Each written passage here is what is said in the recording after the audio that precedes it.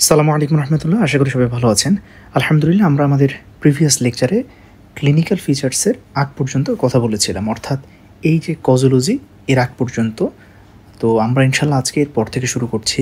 আল্লাহুম্মা রব্বি জিদনি ইলমা রব্বি শরহ লি সদরি ওয়া ইয়াসসির লি আমরি ওয়াহলুল উকদাতাম মিন লিসানি ইয়াফকাহু কওলি নাসরুম মিনাল্লাহি ওয়া ফাতহুন করিব আস্তাগফিরুল্লাহ সাল্লাল্লাহু আলাইহি ওয়াসাল্লাম সুবহানাল্লাহি ওয়া বিহামদিহি সুবহানাল্লাহিল আযীম বিসমিল্লাহির রহমানির রহিম। তো আসুন আমরা প্রথমেই কজেস অফ সিরোসিস নিয়ে একটু কথা বলি। খুব ব্রিফলি কথা বলবো ইনশাল্লাহ। আসলে কারণ কথা বলতে গেলে এক একটা পয়েন্ট নিয়ে আসলে পৃষ্ঠার পর পৃষ্ঠা কথা বলা যায়, বাট আপনাদের ফিফথ ইয়ারের জন্য এটা এক্সটেন্সিভ হয়ে যাবে। সো এখানে মনে রাখবেন, এই কজেস অফ সিরোসিসের এক একটা কজ কিন্তু এক একটা ইন্ডিভিজুয়াল টপিকস। হ্যাঁ, সো এগুলো আসলে পরবর্তীতে আমরা ইনশাল্লাহ আলোচনা করব। সো আমি এখানে জিস্টলি আপনাদেরকে ইনশাল্লাহ বলার চেষ্টা করব। অর্থাৎ মনে রাখবেন, এই সবগুলো এক একটা ইন্ডিভিজুয়াল ডিজিজ এবং তাদের একটা সিকোয়েন্স, ফাইনাল কনসিকুয়েন্স হলো লিভার সিরোসিস। Liver cirrhosis. তাহলে এক নম্বরে মনে রাখবেন, the most common causes of cirrhosis হলো তিনটা ওয়ার্ল্ড ওয়াইড। এক নম্বরে হলো অ্যালকোহলিজম। এটা হচ্ছে ডেভেলপড কান্ট্রিগুলোতে, অর্থাৎ ইউএসএ, ইউরোপিয়ান কান্ট্রিগুলোতে, কারণ তারা প্রচুর অ্যালকোহল ডিপেন্ডেন্ট। কিন্তু আমাদের দেশে যদি বলে, স্যার আপনাকে যদি প্রফে জিজ্ঞেস করে most common causes of cirrhosis in our country, your answer should be chronic viral hepatitis. আমাদের দেশে কিন্তু এটা হচ্ছে বেশি কমন। ওকে। আর non alcoholic fatty liver disease, যেটাকে আমরা মেটাবলিক সিনড্রোমের আন্ডারে ফেলি, এটাও কিন্তু এখন খুব অ্যালার্মিংভাবে বেড়ে যাচ্ছে। ঠিক আছে, আচ্ছা, তাহলে আমরা বুঝলাম কমন কজেস হলো তিনটা: alcohol, chronic viral hepatitis BNC induced, এবং হলো NAFLD। ওকে, আচ্ছা, তাহলে প্রথমে আসি যে আমি আগেই বলেছি যে সিরোসিস হবে যখন লিভারের মধ্যে রিকারেন্ট অথবা পারসিস্টেন্ট ক্রনিক কোনো ইনফ্লামেশন হয়, তখন স্টিলেট সেল অ্যাক্টিভেশন হয়ে যায়। তাহলে প্রথমে আসেন অ্যালকোহল কিভাবে করে। এই অ্যালকোহলটা আমাদের যখন ইনজেস্ট করা হয়, তখন সে মেইনলি মেটাবলিজম হয় কোথায়? লিভারে। এবং হ্যাপাটোসাইটের মধ্যে এই অ্যালকোহলটা যখন মেটাবলিজম হয়, তখন প্রচুর পরিমাণে ফ্রি রেডিকেলস তৈরি হয়। এটা নিয়ে আমি যখন আপনাদেরকে প্যানক্রিয়াটাইটিস পড়াচ্ছিলাম, অ্যাকিউট প্যানক্রিয়াটাইটিস, ক্রনিক প্যানক্রিয়াটাইটিস, তখন ডিটেলস কথা বলেছি, সেইখানে আর আমি ওটা রিপিট করব না। তাহলে তার মানে আমরা বুঝলাম অ্যালকোহল হ্যাপাটোসাইটের মধ্যে ঢুকে মেটাবলিজম হয়ে ফ্রি রেডিকেল তৈরি করে, আর ফ্রি রেডিকেলস কী করে? হ্যাপাটোসাইটকে ইনজুর্ড করে। তাহলে হ্যাপাটোসাইট ইনজুরি হলে আলটিমেটলি কী হবে? এটার কনসিকুয়েন্স হিসেবে সিরোসিস হবে। ওকে, 2 নম্বর পয়েন্টে আসেন যে ক্রনিক ভাইরাল হ্যাপাটাইটিস। এখানের মধ্যে কি হচ্ছে যে hepatitis B and C virus, এরা আমাদের হ্যাপাটোসাইটের মধ্যে বছরের পর বছর থাকতে পারে। এই কারণে দেখেন হ্যাপাটাইটিস A, E এই ভাইরাসগুলো কিন্তু অ্যাকিউট ইনফ্লামেশন করে, ফলে অ্যাকিউট ভাইরাল হ্যাপাটাইটিস করে ওরা সাবসাইড হয়ে যায়, থাকে না, ওয়াশ আউট হয়ে যায় বডি থেকে। কিন্তু এরা যত পারসিস্টেন্টলি হ্যাপাটোসাইটের মধ্যে থেকে যেতে পারে, এবং এই কারণে এরা পারসিস্টেন্ট ইনফ্লামেশন করে, এবং এই কারণে এরা সিরোসিস করতে সক্ষম। কিন্তু হ্যাপাটাইটিস A এবং E ভাইরাস সেটা করতে পারছে না। তাহলে এখন আপনাদের প্রশ্ন হলো যে কিভাবে হ্যাপাটাইটিস ভাইরাস হ্যাপাটোসাইট ইনজুরি করে। এটা আমরা ইনশাল্লাহ যখন ভাইরাল হ্যাপাটাইটিস পড়াবো, সেখানে প্যাথোফিজিওলজিতে আলাদা করে কথা বলবো। এটা অ্যাকচুয়ালি যখন কোনো একটা হ্যাপাটোসাইটের মধ্যে আমাদের এই যে হ্যাপাটাইটিস বি ভাইরাস অথবা হ্যাপাটাইটিস সি ভাইরাস ঢুকে, তখন ওই ভাইরাস ইনফেক্টেড হ্যাপাটোসাইটের এগেনস্টে কী তৈরি হয়? সাইটোটক্সিক টি সেল তৈরি হয়, CD8 টি সেল। সে এই ভাইরাস ইনফেক্টেড হ্যাপাটোসাইটের উপরে পারফোরিন এবং গ্র্যানজাইম রিলিজ করে তাকে ছিদ্র করে ছন্ন বিচ্ছন্ন করে দেয়। ঠিক আছে, ফলে হ্যাপাটোসাইট ইনজুরি শুরু হয়, এবং সেখান থেকে ইনফ্লামেশন, সেখান থেকে হ্যাপাটাইটিস স্টিলেট সেল অ্যাক্টিভেশন হয়। এটা হলো একটা ব্যাপার। আরেকটা হলো এই ভাইরাস ইনফেক্টেড সেলের এগেনস্টে কী তৈরি হয়? অ্যান্টিবডি তৈরি হয়। এই অ্যান্টিবডিগুলো হ্যাপাটোসাইটের উপরে বসে অ্যাটাচড হয়, তারপরে সেখানে মেমব্রেন অ্যাটাক কমপ্লেক্স তৈরি হয়, এবং এছাড়াও সেখানে কি হয়? এই আমাদের যে ন্যাচারাল কিলার সেল আছে, সেও এই অ্যান্টিবডির থ্রোতে হ্যাপাটোসাইটকে অ্যাটাক করতে শুরু করে by releasing perforin and granzyme as like as CD8 T cell or cytotoxic T cell. তার মানে আসলে হ্যাপাটাইটিস বি এবং সি ভাইরাস, রিমেম্বার এটাই সবচেয়ে বেশি শুনতে চায় স্যাররা, যে হ্যাপাটাইটিস বি এবং C virus itself hepatocyte injury করছে না। তাহলে ইনজুরিটা করছে কে? আপনার ইমিউন সিস্টেম ভাইরাসকে মারতে গিয়ে তারা হ্যাপাটোসাইটকে মেরে ফেলছে, সেখান থেকে ইনফ্লামেশন ট্রিগার্ড হচ্ছে। এবং সেখান থেকে recurrent persistent inflammation that leads to hepatic stellate cell activation, ultimately there is developed liver cirrhosis. Clear? আচ্ছা, এবার আসেন 3 নম্বর পয়েন্ট, যে নন অ্যালকোহলিক লিভার ডিজিজ। তাহলে নন অ্যালকোহলিক লিভার ডিজিজের সাথে আমাদের সিরোসিসের সম্পর্ক কী? আমরা এটা যেহেতু একটু ইম্পর্টেন্ট ব্যাপার, একটু আলাদাভাবে আমরা আপনাদেরকে একটু ব্রিফলি বলতে চাই। দেখেন, খুব সিম্পল, যে একটু আগেই আমি বলেছি আলহামদুলিল্লাহ লেকচারের শুরুতে, যে নন অ্যালকোহলিক ফ্যাটি লিভার ডিজিজ এটা হলো একটা মেটাবলিক সিনড্রোম, এবং এই এনএফএলডি যাদের আছে তাদের প্রায় অলমোস্ট 100% পেশেন্টের ক্ষেত্রে আপনি দেখবেন তাদের ডায়াবেটিস আছে। অর্থাৎ ওই পেশেন্টদের মেটাবলিক সিনড্রোমের পার্ট হিসেবে একটা ইম্পর্ট্যান্ট ক্রাইটেরিয়া হলো ইনসুলিন রেজিস্ট্যান্স থাকবে, হ্যাঁ, টাইপ 2 ডায়াবেটিস মেলাইটাস। এখন ইনসুলিনের ফাংশন কি? ইনসুলিনের ফাংশন হলো আমাদের যে অ্যাডিপোজ টিস্যু আছে, ওই অ্যাডিপোজ টিস্যুতে লাইপোজেনেসিস করে লিপিডগুলোকে অ্যাডিপোজ টিস্যুর মধ্যে জমিয়ে রাখা, তাদেরকে ব্লাডে আসতে না দেওয়া। তাহলে যার ইনসুলিন কাজ করতে পারছে না, তার মানে তার অ্যাডিপোজ টিস্যুতে এখন আর লাইপোজেনেসিস হতে পারবে না। ফলে এই অ্যাডিপোজ টিস্যু থেকে এই লিপিডগুলো সব ভেঙে তৈরি হবে free fatty acid and glycerol, এবং এই ফ্রি ফ্যাটি অ্যাসিডগুলো তখন হ্যাপাটোসাইট থেকে বেরিয়ে ওরা চলে আসবে কোথায়? আমাদের ব্লাড সার্কুলেশনে। এখন এই ফ্রি ফ্যাটি অ্যাসিড ব্লাড সার্কুলেশনে এসে তার গন্তব্য কোথায়? তার গন্তব্য ওই যে যেখানে জায়গা না পায় লিভার তাদের সবাইকে জায়গা দেয়, আলটিমেটলি সে মারা যায়। ঠিক এই ঘটনাটা হয়। ফলে এই ফ্রি ফ্যাটি অ্যাসিডগুলো কোথায় আসতে চায়? তারা হ্যাপাটোসাইটের দিকে ধাবিত হয়, এবং হ্যাপাটোসাইটে যখন এই ফ্রি ফ্যাটি অ্যাসিডগুলো ঢুকে, সমস্যা হলো আমি আগেও বললাম যে free fatty acid is a toxic materials for any types of cell, because এই ফ্রি ফ্যাটি অ্যাসিডগুলো যেই সেলের মধ্যে ঢুকবে ওই সেলে প্রচুর পরিমাণ ফ্রি রেডিক্যালস তৈরি হয়। ঠিক আছে, এই যে দেখেন, তাহলে এই যে ফ্রি ফ্যাটি অ্যাসিডগুলো এরা ইনফ্লাক্স হবে কোথায়? লিভারে। এই যে influx of free fatty acid in liver. এখন এই এক্সেস ফ্রি ফ্যাটি অ্যাসিড, এই এক্সেস ফ্রি ফ্যাটি অ্যাসিডগুলো ওরা হ্যাপাটোসাইটকে কী করে দেয়? ড্যামেজ করে। কীভাবে? By producing free radicals.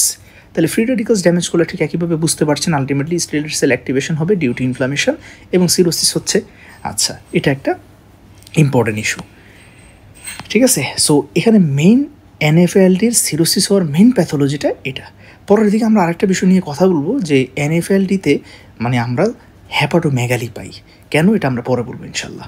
তাহলে আমরা খুব ইম্পর্ট্যান্ট 3টা কজোলজি, অর্থাৎ হলো অ্যালকোহলিক সিরোসিস এবং chronic viral hepatitis induce cirrhosis, এবং লাস্ট ওয়ান ইজ এনএএফএলডি। ওকে, এই 3টা আলহামদুলিল্লাহ আমরা জানলাম। এখন আসেন, এখানে আরও কয়েকটা ব্যাপার লেখা আছে, যেমন প্রাইমারি স্ক্লেরোজিং কোলাঞ্জাইটিস। তাহলে প্রাইমারি স্ক্লেরোজিং কোলাঞ্জাইটিস নাম শুনে বুঝতে পারছেন যে এখানে আসলে আমার অটো ইমিউনিটি, একটা অটো ইমিউন ডিজিজ, এগুলো আলাদা টপিকস, ডিটেলস পরে পড়বেন ইনশাল্লাহ। তো আলটিমেটলি এখানে যেটা হয়, আমাদের বডির যে ইমিউন সেলগুলো, অটো ইমিউন সেল এবং অটো অ্যান্টিবডি, ওরা শুধু অহেতুক ওরা গিয়ে কাকে অ্যাটাক করে?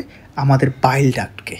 ইন্ট্রা হ্যাপাটিক অর্থাৎ লিভারের ভিতরে যে বাইল ডাক্ট আছে তাদেরকেও, অ্যাজ ওয়েল অ্যাজ এক্সট্রা হ্যাপাটিকও হতে পারে, অর্থাৎ কমন বাইল ডাক্ট, কমন হ্যাপাটিক ডাক্ট। আমি অ্যানাটমি কিন্তু প্রথম লেকচারে পড়িয়ে এসেছি, সো ওই ইমাজিনেশনগুলো মাথায় আনেন। তার মানে এখানে আসলে বাইল ডাক্ট ইনজুরি শুরু হয়।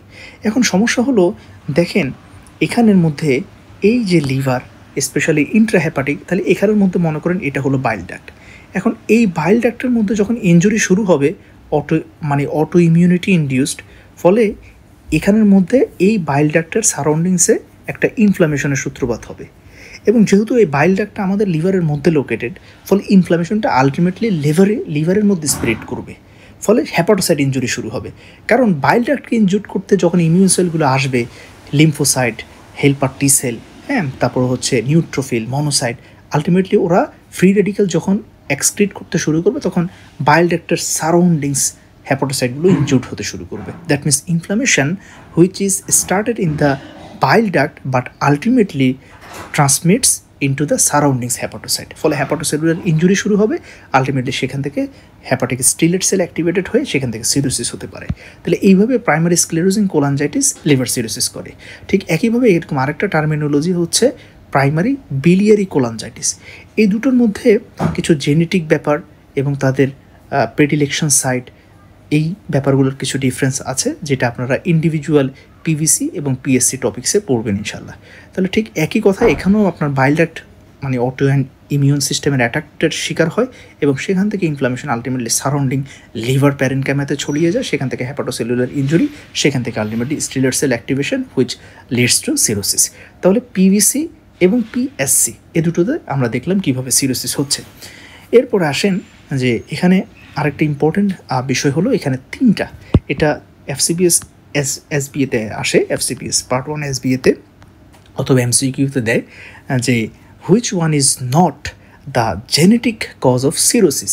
তাহলে এই তিনটা দিয়ে দিবে, আরেকটা যে কোনো একটা দিয়ে দিবে, তাহলে আনসার হবে এই যে কোনো একটা, কারণ এই তিনটা হলো জেনেটিক কজেস অফ সিরোসিস। তাহলে জেনেটিক কজেস অফ সিরোসিস কী কী আছে? 1 নম্বরে হলো হেমোক্রোমাটোসিস, 2 নম্বরে হলো উইলসনস ডিজিজ, 3 নম্বরে হলো আলফা-1 অ্যান্টিট্রিপসিন ডেফিসিয়েন্সি, এবং এই আলফা-1 অ্যান্টিট্রিপসিন ডেফিসিয়েন্সি যাদের থাকে তাদেরই সিস্টিক ফাইব্রোসিস। ক্লিয়ার? আচ্ছা, এবং সিস্টিক ফাইব্রোসিস নিয়ে আমি ব্রঙ্কিয়েকটেসিস বা যখন সিওপিডি বলছিলাম তখন একটু কথা বলেছিলাম, আলহামদুলিল্লাহ। তাহলে এখন আসেন এখানে ব্যাপারটা কি হয়। হেমোক্রোমাটোসিস মানে হলো যে আপনার বডির বিভিন্ন জায়গায় স্পেশালি লিভারের মধ্যে কি জমতে শুরু করে? আয়রন জমতে শুরু করে।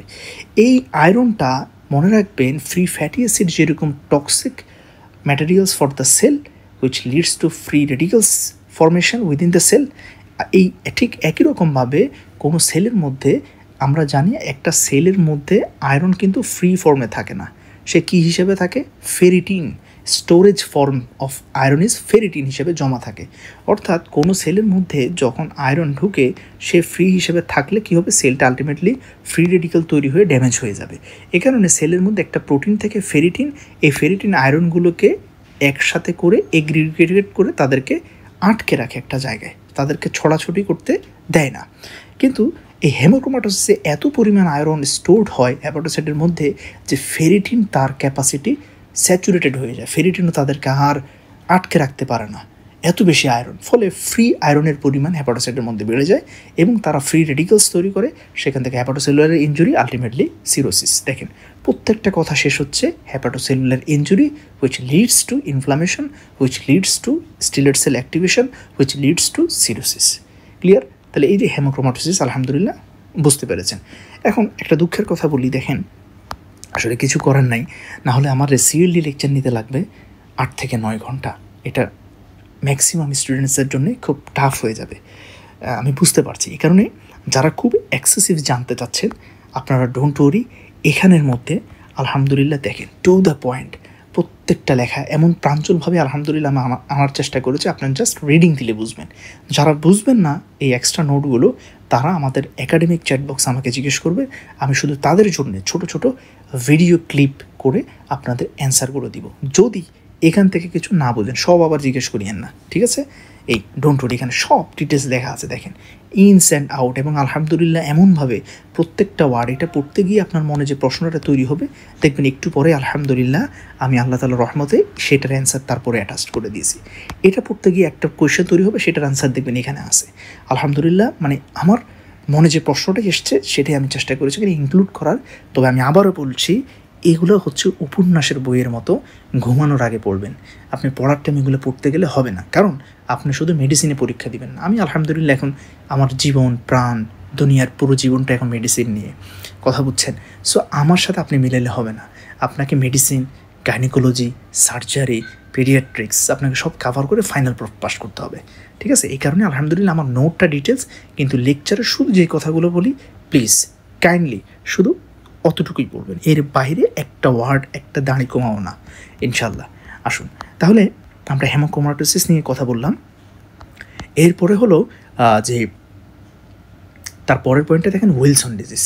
এখানে কি হয়? এখানে হেপাটোসাইটের মধ্যে এক্সেস পরিমাণে কপার জমা হয়।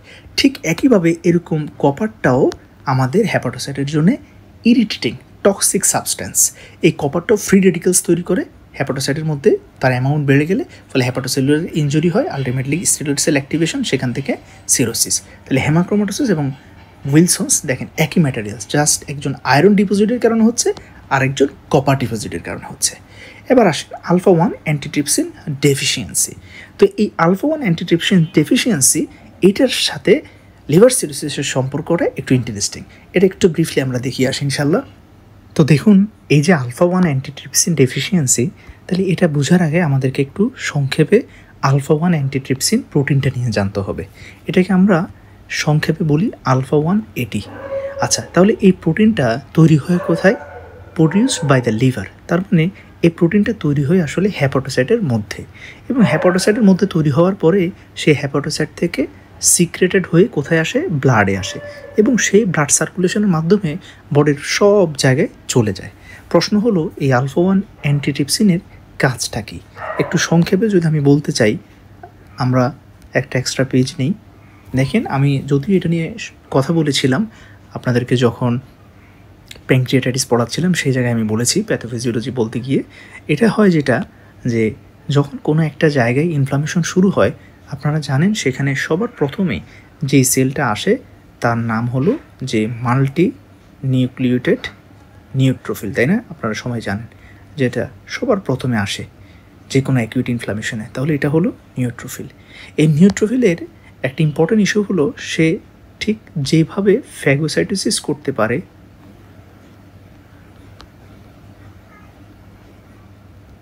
ফ্যাগোসাইটোসিস করে কোনো একটা মাইক্রো অর্গানিজমকে সে তার ভিতরে নিয়ে তারপরে তাকে ফ্রি রেডিক্যাল প্রোডাকশনের মাধ্যমে, লাইসোসোমাল এনজাইমের মাধ্যমে কিল করে। আরেকটা ইফেক্ট হলো, যেটা অন্যান্য সেলের নাই তার আছে, সেটা হলো সে তার সেলের ভিতর থেকে বিভিন্ন প্রোটিওলাইটিক এনজাইম এক্সট্রা সেলুলার স্পেসে রিলিজ করে। যেমন অন্যতম একটা হলো ইলাস্টেজ, এবং এই ইলাস্টেজ, এই এনজাইমটা হলো একটা প্রোটিওলাইটিক এনজাইম, অর্থাৎ সে যে কোনো প্রোটিন স্ট্রাকচারকে ড্যামেজ করে দিতে পারে। এখন সাপোজ ধরেন যে এখানে এটা আমার কিছু ভালো সেল, অর্থাৎ হোস্ট সেল। এটা যে কোনো টিস্যু হতে পারে, এটা মাসল সেল হতে পারে, লিভারের হ্যাপাটোসাইট হতে পারে, যে কোনো, আপনার যেটা ইচ্ছা আপনি চিন্তা করেন। তাহলে এটা হলো একটা আমাদের হোস্ট সেলের ফ্যামিলি ক্লাস্টার। এখন ধরেন এখানে সামহাউ কোনো ইনফ্লামেশন শুরু হলো, নিউট্রোফিল আসলো, এবং নিউট্রোফিল এসে সে এখানে যে আমার জন্যে ক্ষতিকারক ব্যাকটেরিয়া ছিল তাকে সে ফ্যাগোসাইটোসিস করে কিল করলো, ওকে ফাইন।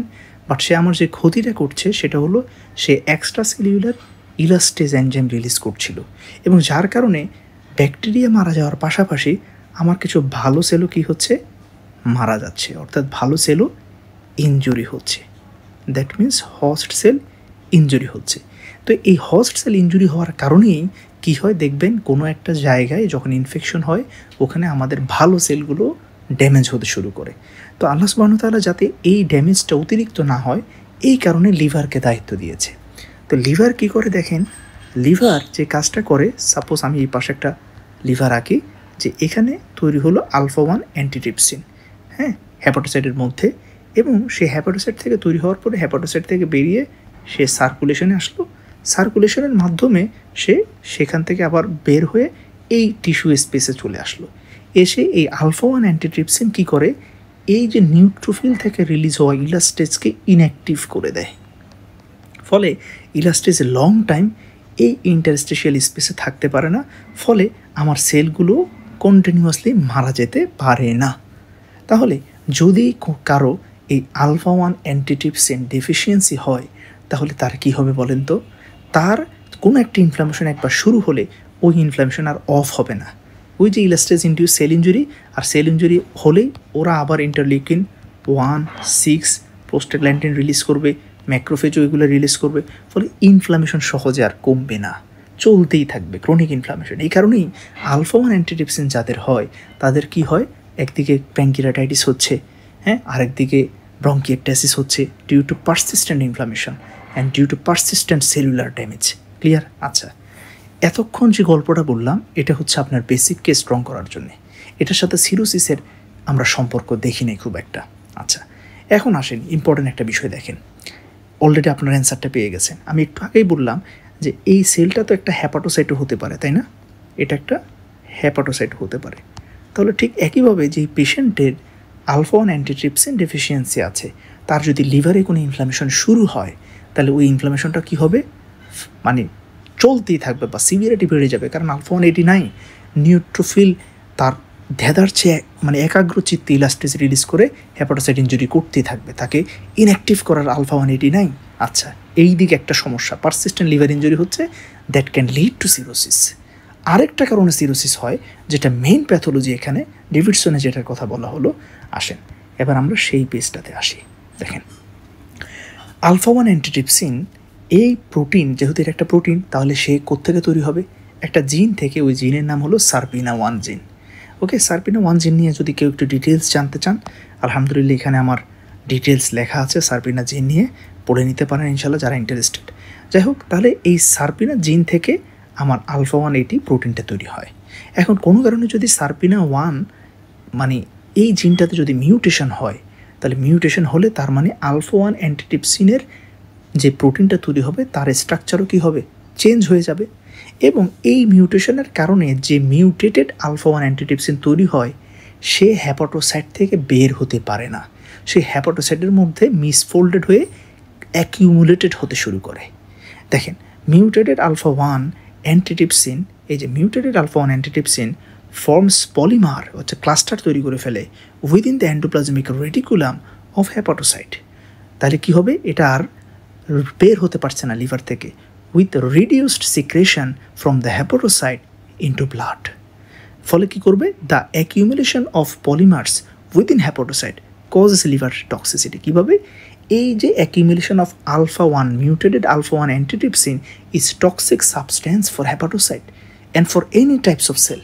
ফলে এটা কী করবে? তখন ফ্রি রেডিক্যাল তৈরি করতে শুরু করবে, ঠিক যেরকম সেরোপ্লাজমিন অর্থাৎ আমাদের উইলসন ডিজিজে হয়েছিল কপারের কারণে, ঠিক যেরকম হেমোক্রোমাটোসিসে হয়েছিল আয়রনের কারণে, ঠিক যেরকম অ্যালকোহলিজমের কারণে হয়েছিল, ঠিক একই রকমভাবে এই accumulation of misfolded alpha 180 can produce excessive free radicals which can lead to hepatocellular injury, and ultimately there occurs inflammation which activates the hepatic stellate cell, and ultimately there is happening cirrhosis. তাহলে দেখেন, এই হলো আলহামদুলিল্লাহ interesting ব্যাপারটা। তাহলে দেখেন, আমি এই গল্পটা বলার কারণে আলহামদুলিল্লাহ আপনার কাছে একদম পুরো সেলুলার লেভেলের জিনিসটা ক্লিয়ার আলহামদুলিল্লাহ। তাহলে এখন ডেভিডসনের দেখেন ছোট্ট একটা লাইনে শুধু এটাকে শেষ করে দিয়েছে, কারণ সম্ভব না তো, আমার তো পুরো বই লিখতে হবে, শুধু হ্যাপাটোলজি লিখতে তো ডেভিডসন শেষ হবে না। তাহলে আলহামদুলিল্লাহ আশা করি বুঝতে পেরেছেন যে কীভাবে আলফা 1 অ্যান্টিট্রিপসিন ডেফিসিয়েন্সিতে সিরোসিস হয় ইনশাল্লাহ। তাহলে আলফা 1 অ্যান্টিট্রিপসিন ডেফিসিয়েন্সি যার হবে তারই তো সিস্টিক ফাইব্রোসিস হয়, একই কথা। ওকে, সো এটা আলাদা করে আমরা বলছি না।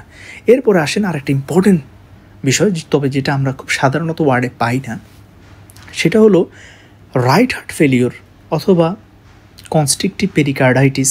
আমরা ইনশাল্লাহ কার্ডিওলজি চ্যাপ্টারে পড়াবো। টিউবারকুলোসিসের একটা কমন কমপ্লিকেশন হলো এই কনস্ট্রিকটিভ পেরিকার্ডাইটিস, ঠিক আছে?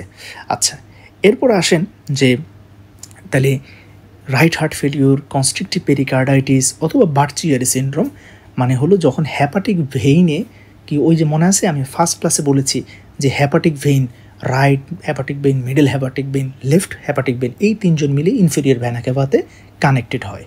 এরপরে তারা ইনফেরিয়র ভেনা ক্যাভা হয়ে রাইট হার্টে আসে। এখন কোনো কারণে যখন ওই হ্যাপাটিক ভেইনগুলোতে থ্রম্বোসিস হয়, তখন কি হবে? ওখানে আমার লিভারের মধ্যে প্রেশার বেড়ে যাবে, অর্থাৎ ব্লাড লিভার থেকে বের হতে পারছে না। আমি একটু আপনাদেরকে ওই ছবিটা দেখাই, কারণ হয়তো অনেকের ইমাজিনেশন এখনও ওরকম ক্ল্যারিফাই হচ্ছে না, তাহলে আপনাদের একটু বুঝতে সুবিধা হবে ইনশাল্লাহ। এই যে এই ফিগারটা একটু দেখেন, বার্চিয়ারি সিনড্রোম মানে হলো এই যে হ্যাপাটিক ভেইন, এই যে হ্যাপাটিক ভেইন, এখানে থ্রম্বোসিস তৈরি হয়। ফলে কী হবে? দেখেন, এখান দিয়ে পোর্টাল ভেইন, হ্যাপাটিক আর্টারি হয়ে ঠিকই ব্লাড আসছে লিভারে, কিন্তু তারা বের হতে পারছে না, কারণ তাদের যে আউটফ্লো ট্র্যাক এখানে থ্রম্বোসিস হয়ে আটকে আছে। ফলে ব্লাড আসছে ঠিকই, বের হতে পারছে না, তার মানে এখানে তখন কি হবে? প্রেশার বাড়তে শুরু করবে। এটাকে আমরা কি বলি? Hydrostatic pressure. হাইড্রোস্ট্যাটিক প্রেশার বাড়তে শুরু করবে। ওকে, আচ্ছা, এটা এখানে একটু পজ রাখেন, 2 সেকেন্ডের একটা পজ নিই সবাই। ওকে, আসেন এখন, যদি কারো রাইট হার্ট ফেলিওর থাকে, প্রশ্ন হলো যে ভাইয়া রাইট হার্ট ফেলিওর কাদের হবে? কমনলি যাদের সিওপিডি থাকবে, কারণ সিওপিডি থাকলে সেখান থেকে কি হয়? Pulmonary hypertension. সিওপিডি লেকচারে বলেছি আলহামদুলিল্লাহ, পালমোনারি হাইপারটেনশন থেকে কি হয়? Right heart failure. ওখানে ডিটেলস বলেছি, সো এখানে আর আমি সময় নষ্ট করব না। তার মানে রাইট হার্ট ফেলিওর মানে হলো যে ইনফেরিয়র ভেনা ক্যাভা পর্যন্ত ঠিকঠাক ছিল সব, এবার ইনফেরিয়র ভেনা ক্যাভা থেকে ব্লাডটার উপরে যেতে পারছে না, ব্লাডটা আর উপরে যেতে পারছে না। কেন? কারণ সে যে যাবে রাইট হার্টে, অর্থাৎ আরও অ্যাকুরেটলি বললে রাইট অ্যাট্রিয়ামে, সেখানে তো ব্লাড জমে আছে, প্রেশার বেশি, ফলে এই যে ব্লাড আর উপরে উঠতে পারছে না, ফলে এই প্রেশারটা ইনফেরিয়র ভেনা ক্যাভা থেকে ব্যাকওয়ার্ডলি এসে পড়বে লিভারের উপরে, ফলে এখানে আবার ঠিক একই রকম প্রেশার বাড়তে থাকবে। ঠিক একই রকমভাবে কনস্ট্রিক্টিভ পেরিকার্ডাইটিসেও হার্ট যেহেতু ডায়াস্টল করতে পারছে না, রাইট অ্যাট্রিয়াম ফুলতে পারছে না, ফলে সে ব্লাড সুপিরিয়র ইনফেরিয়র ভেনা ক্যাভা থেকে রিসিভ করতে পারছে না, আলটিমেটলি ইনফেরিয়র ভেনা ক্যাভাতে প্রেশার বেড়ে যায়, সেটা ব্যাকওয়ার্ডলি গিয়ে পড়ে লিভারের উপরে। লিভারের উপরে পড়া মানে বুঝতেই পারছেন, লিভারের একদম মানে মাইক্রো স্ট্রাকচারটা কি, এই যে দেখেন। এই কারণে আলহামদুলিল্লাহ আমি প্রথম ক্লাসে খুব সময় নিয়ে আপনাদেরকে ফিজিওলজি, এই ফাংশনাল যে অ্যানাটমি, এটা পড়ানোর চেষ্টা করেছি। দেখেন তাহলে আলটিমেটলি ইনফেরিয়র ভেনা ক্যাভাতে প্রেশার পড়া, দেখেন ইনফেরিয়র ভেনা ক্যাভাতে প্রেশার পড়া মানে হচ্ছে হেপাটিক ভেইন প্রেশার পড়া। হেপাটিক ভেইনে প্রেশার পড়া মানে হলো এই যে সেন্ট্রাল ভেইনে প্রেশার পড়া, সেন্ট্রাল ভেইনে প্রেশার পড়া মানে হলো এই সাইনুসয়েডে প্রেশার বেড়ে যাওয়া, কারণ এখান থেকে আলটিমেটলি ব্লাডটা গিয়ে গিয়ে গিয়ে সে ইনফেরিয়র ভেনা ক্যাভাতে যায়। ক্লিয়ার? ওকে। ফলে এখন দেখেন এই যে Budd Chiari syndrome, right heart failure, constrictive pericarditis, এগুলোতে আলটিমেটলি প্রেশারটা এখন বেড়ে যাচ্ছে কোথায়? ফাইনালি এই যে সাইনুসয়েডসে। তাহলে সাইনুসয়েডসে যখন এই প্রেশারটা বাড়বে, এবার এই প্রেশারটা এসে একটু পরে কোথায় পড়বে বলেন? পোর্টাল ট্রায়াডে। কারণ সাইনুসয়েডে ব্লাড ফ্লোটা আসে থেকে পোর্টাল ভেইন হেপাটিক আর্টারি থেকে। এখন এদের মধ্যে আর ব্লাড ফ্লো আসতে পারছে না। কেন? কারণ সামনে জ্যাম, অর্থাৎ এক জায়গায় যদি জ্যাম শুরু হয়, আলটিমেটলি এই জ্যামটা দেখেন না, ট্রাফিক জ্যাম পিছনের দিকে পড়তে পড়তে পড়তে পড়তে জ্যাম শুরু হয়েছিল আমাদের 2 নম্বর গেটে, চট্টগ্রামের আমরা যে জায়গায় থাকি। এখন ওই জ্যামটা পড়তে পড়তে পিছনে আস্তে আস্তে দেখবেন অক্সিজেনে চলে আসছে তার পিছনের পর্যন্ত, ঠিক এক্স্যাক্টলি তখন এখানেও ব্লাড ফ্লোটা কমে যাবে।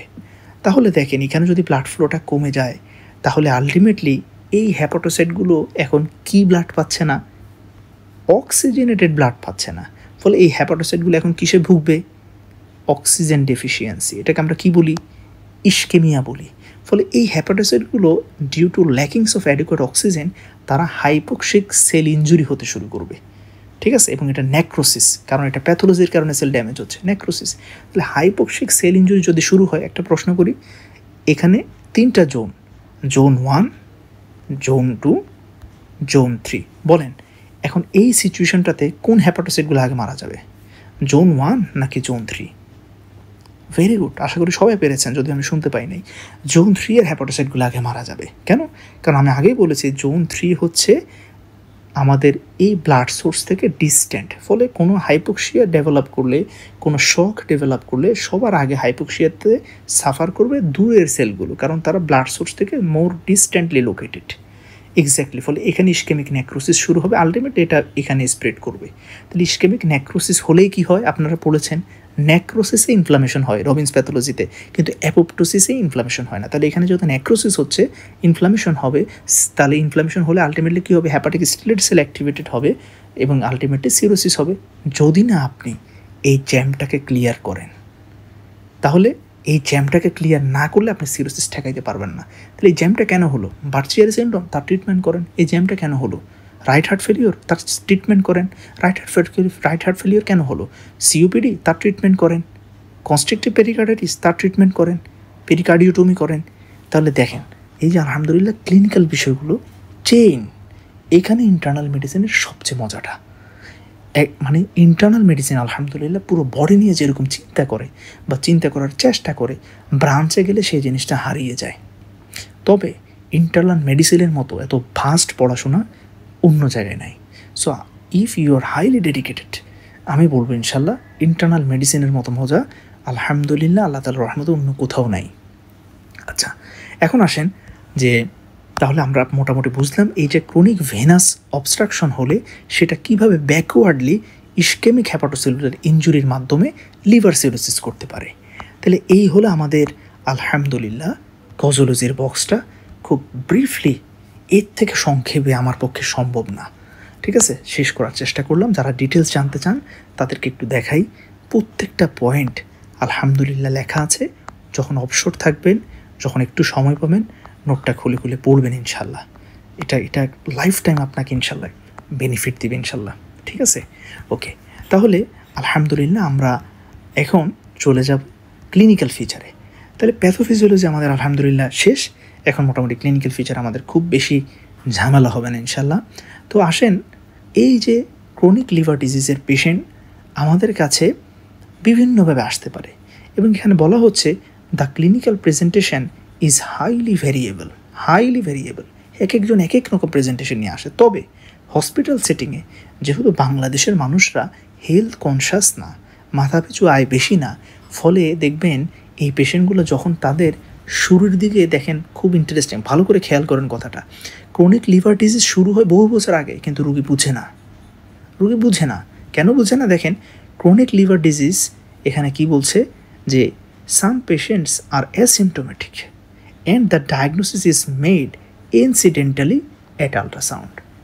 পেটে ব্যথা নিয়ে আসছে, আমরা আল্ট্রাসোনো অফ হোল অ্যাবডোমেন দিলাম, সেখানে দেখা যাচ্ছে যে কোর্স হ্যাপাটিক প্যারেনকাইমা। ঠিক আছে? তো এরপর আমরা যখন ফাইব্রো স্ক্যান করলাম, দেখা যাচ্ছে সিরোসিস, আর্লি স্টেজে হতে পারে। তাহলে দেখেন, ইনসিডেন্টালি পেশেন্টের কোনো সিমটম নাই। এখন এরকম কয়জন পেশেন্ট আসে রুটিনলি হেলথ চেকআপে বলেন, যদি সে অ্যাফ্লুয়েন্ট না হয় ইকোনমিক্যালি? এই কারণে আমরা আর্লি স্টেজে সিএলডিটা ধরতে পারি না। আচ্ছা, এরপরে আসেন, অনেক পেশেন্ট কি করতে পারে আমাদের কাছে, এবং মূলত আমাদের কাছে পেশেন্ট আসলে এই কমপ্লিকেশন নিয়েই আসে। কি কমপ্লিকেশন? মোস্ট কমনলি যেটা হয় হেমাটেমেসিস। ভালো করে লিখে রাখেন যে সিএলডির পেশেন্ট আমাদের কাছে মোস্ট কমনলি আমরা ওয়ার্ডে পাই যে স্যার রক্ত বমি হচ্ছে, ব্লাড ভমিটিং, হেমাটেমেসিস। এবং হেমাটেমেসিস হলেই দেখবেন আপনি ওয়ার্ডে মোর দেন 60% ক্ষেত্রে দেখবেন আলটিমেট তার কজ ছিল সিএলডি, এবং তার 90% কজ দেখবেন বাংলাদেশে ক্রনিক হেপাটাইটিস বি। ক্লিয়ার? আচ্ছা, তাহলে পেশেন্ট আমাদের কাছে সিএলডিতে দেখবেন, সিএলডিতে আলটিমেটলি একটা কনসিকুয়েন্স হয় কি, অ্যাডভান্স স্টেজে গিয়ে কি হয়, পোর্টাল হাইপার টেনশন হয়। আমি বলেছি প্রথম লেকচার 1.1-এ বলেছি যে কিভাবে পোর্টাল হাইপার টেনশন এখানে হয়।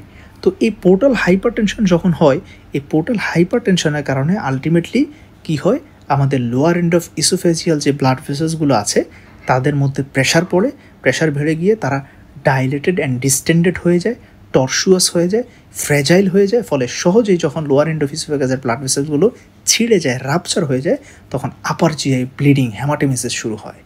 ভয়ানক হেমাটেমেসিস, মানে যারা থার্ড ইয়ার স্টুডেন্ট ওরা দেখে ভয় পেয়ে যায়, আমিও ভয় পেয়ে যেতাম, এটা কী ধরনের রক্তবমি, মানে এত সিভিয়ার লাইফ থ্রেটেনিং হেমাটেমেসিস শুরু হয়। এবং আমাদেরকে পেশেন্টকে রিসাসিস্টেট করে ইমিডিয়েটলি আমাদেরকে এন্ডোস্কোপিক ভ্যারিসিয়াল লাইগেশন করে দিতে হয়, অর্থাৎ ওই ব্লাড ভেসেলসগুলোকে ক্লিপিং করে বন্ধ করে দিতে হয়। এবং তার আগে আমরা টার্লিপ্রেসিন ইঞ্জেকশন দিই। আমরা যখন ট্রিটমেন্টে যাবো তখন বলবো টার্লিপ্রেসিন কীভাবে আসলে এখানে ব্লিডিং কমায়, বলবো ইনশাল্লাহ, ডোন্ট ওয়ারি। এরপরে আসেন, তাহলে দেখেন পেশেন্ট আমাদের কাছে পোর্টাল হাইপারটেনশন, তার কমপ্লিকেশন আপার জিআই ব্লিডিং নিয়ে আসতে পারে। এটা এখানে লেখা হয় নাই, আপনারা একটু লেখেন আপার জিআই ব্লিডিং। ঠিক আছে? এছাড়াও পেশেন্টের ক্লিনিক্যালি আপনি তার জাস্ট লিভারটা বড় পাচ্ছেন, হ্যাঁ, স্পেশালি অ্যালকোহলিক সিরোসিস, হেমাক্রোমাটোসিস হলে, অথবা নন অ্যালকোহলিক ফ্যাটি লিভার ডিজিজও আমরা হ্যাপাটোমেগালি পেতে পারি, যা আলট্রাসোনোতে জাস্ট হ্যাপাটোমেগালি, পেশেন্টের কোনো সিমটম নাই, ইনসিডেন্টালি আমরা রেডিও ইমেজিংয়ের মাধ্যমে ডায়াগনোসিস করলাম। অথবা পেশেন্টের স্প্লিনোমেগালি থাকতে পারে। তো স্প্লিনোমেগালি থাকলেই দেখবেন যে মোস্ট অফ দ্য টাইম তার কী থাকে, পোর্টাল হাইপারটেনশন থাকে, অর্থাৎ আপার জিআই ব্লিডিং হচ্ছে, আপনি তার আলট্রা করেন, দেখবেন তার স্প্লিনোমেগালি, পোর্টাল ভেন ডাইলেটেড হয়ে আছে, আলট্রাতে বলে দিবে। ক্লিয়ার? আচ্ছা, এবং তার কনসিকোয়েন্স হিসেবে এখানে ব্লিডিং হচ্ছে, আপার জিআই ব্লিডিং হচ্ছে। ওকে, ফাইন। তাহলে এগুলো হলে তো রুগী আমার কাছে আসবে, এবং এগুলো নিয়ে আমাদের হসপিটালে ইনডোরে পেশেন্ট আসে মূলত। কিন্তু উন্নত দেশগুলোতে পেশেন্টরা আর্লি স্টেজে চলে আসে, কারণ তারা মানে ছোটোখাটো শারীরিক ইস্যুতেও কনসালটেন্সি নেয়, যেটা উচিত, কিন্তু আমাদের দেশে পেশেন্টরা নিচ্ছে না। আচ্ছা, যেমন দেখেন non specific symptom, non specific কী হতে পারে, যে স্যার শরীর দুর্বল লাগে।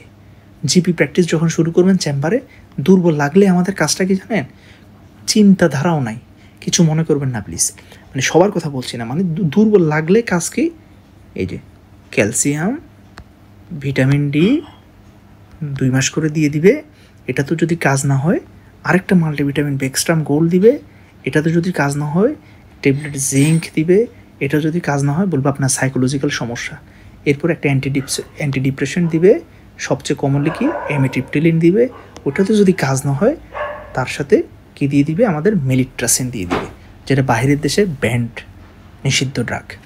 আমাদের প্র্যাকটিসটা হচ্ছে এরকম, উইকনেস বললে।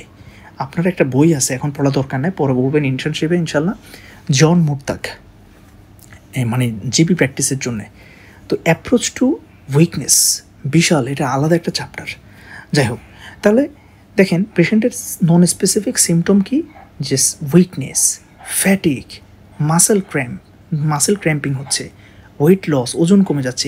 এটা আমি আমার হোয়াটসঅ্যাপে আপনাদেরকে জিজ্ঞেস করেছিলাম যে সিএলডিতে আর্লি স্টেজে ওয়েট লস হয়, পরবর্তীতে যখন ওই যে ফ্লুইড রিটেনশন হতে শুরু করে, এডিমা হয়, অ্যাসাইটিস হয়, তখন বডি ওয়েট বেড়ে যায় due to accumulation of excess fluid. কিন্তু শুরুতে কিন্তু ওয়েট লস হয়, অ্যানোরেক্সিয়া হয়, নোজিয়া, মানে আপার অ্যাবডোমিনাল একটা ভ্যাগ ডিসকমফোর্ট, নন স্পেসিফিক। সে বলতে পারবে না যে স্যার আমার ঠিক এই জায়গায়, ভ্যাগ বলবে স্যার পুরো পেটে একটা অশান্তি। কোলেসিস্টাইটিসের কারণে যেরকম হয়, হ্যাঁ, পিউডির কারণেও হতে পারে। এই কারণে আপনাকে মানে আপার অ্যাবডোমিনাল ডিসকমফোর্টের একটা ডিডি হলো আর্লি স্টেজ সিএলডি। দেখেন, ক্লিয়ার, বুঝতে পারছি? সো আপার অ্যাবডোমিনাল ডিসকমফোর্ট বললেই আপনি ওটাকে শুধু পিপিআই আর অ্যান্টাসিড দিয়ে দিলে হবে না। ক্লিয়ার? আচ্ছা, তাহলে এই হলো বিষয়টা, মাথায় রাখতে হবে। ওকে, এরপরে আসেন, তাহলে এখন আমরা একটু আসি যে এখানে উইকনেসটা কেন হয়।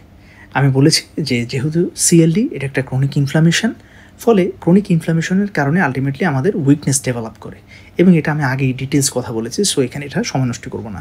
ফ্যাটিকও আগে বলেছি, এগুলো chronic inflammation can lead two fatigue, weakness, আগে ডিটেলস কথা বলেছি আলহামদুলিল্লাহ আগের লেকচারগুলোতে।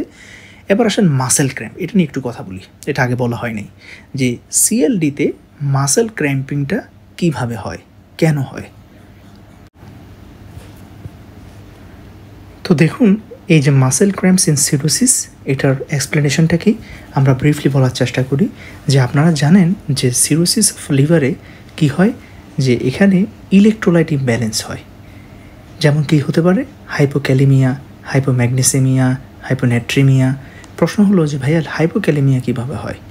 এটা হয় যখন আমরা লিভার সিরোসিস পেশেন্ট আমাদের কাছে আসে, তখন আমরা অ্যাসাইটিসটাকে রিজলভ করার জন্য কী করি, ফুরোসেমেট ডায়োরেটিক্স দিই। এই ফুরোসেমেট ডায়োরেটিক্সের 3টা সাইড ইফেক্ট হলো কি ইলেকট্রোলাইট রিলেটেড, একটা হাইপোনেট্রিমিয়া, হাইপোক্যালিমিয়া, হাইপোম্যাগনেসেমিয়া। ঠিক আছে, 3টেই হতে পারে। তাহলে ড্রাগ ইনডিউসড হাইপোক্যালিমিয়া, হাইপোনেট্রিমিয়া। আরেকটা কারণ হলো ড্রাগ না দিলেও সিএলডি পেশেন্ট আমাদের কাছে হাইপোনেট্রিমিয়া নিয়ে আসতে পারে। কীভাবে, ওই যে সিএলডিতে আমার বডিতে কি হয়, বেশি বেশি ফ্লুইড রিটেনশন হয়। হ্যাঁ, আচ্ছা, এখন ফ্লুইড রিটেনশন কেন হয়, এটা পোর্টাল হাইপারটেনশন পড়ানোর সময় আমি বলবো ইনশাল্লাহ, অলরেডি অনেকে জানেন, একটু জাস্ট এখন মনে রাখেন যে সিএলডিতে কী হয়, বডিতে ফ্লুইড রিটেনশন হয়, কিডনি বেশি বেশি ফ্লুইড রিটেনশন করে। ক্লিয়ার? আচ্ছা, এখন ফ্লুইড রিটেনশন করলে কি হয়, মনে করেন 1 লিটার পানিতে 1 গ্রাম সোডিয়াম আছে, তাহলে কনসেন্ট্রেশন কত, সহজে বোঝার জন্য যে 1 gram sodium divided by 1 litre, অর্থাৎ 1 গ্রাম পার লিটার কনসেন্ট্রেশনটা। ঠিক আছে, ওকে। এখন আমি কি করলাম, পানি 1 লিটারের জায়গায় দিয়ে দিলাম কত, 2 লিটার পানি দিলাম, কিন্তু সোডিয়াম আগেরটাই আছে, 1 গ্রামে আছে। এখন বলেন তো এখানে এখন কনসেন্ট্রেশন কত দাঁড়াবে, সোডিয়াম হচ্ছে 1 গ্রাম ডিভাইডেড বাই ওয়াটার 2 লিটার, তাহলে 1/2 ইজ ইকুয়াল টু কত, 0.5 গ্রাম পার লিটার। তাহলে দেখেন, যদিও দুটো বিকারেই সোডিয়ামের অ্যামাউন্ট ছিল 1 গ্রাম, কিন্তু একটা বিকারে ছিল 1 লিটার পানি আর আরেকটা বিকারে ছিল 2 লিটার পানি, যেটাতে পানির পরিমাণ বেশি, সেখানে সোডিয়ামের কনসেন্ট্রেশন কমে 1 থেকে কমে কত হলো, 0.5। তার মানে এটাকে আমরা বলি dilutional hyponatremia due to excessive fluid accumulation within the body. Clear?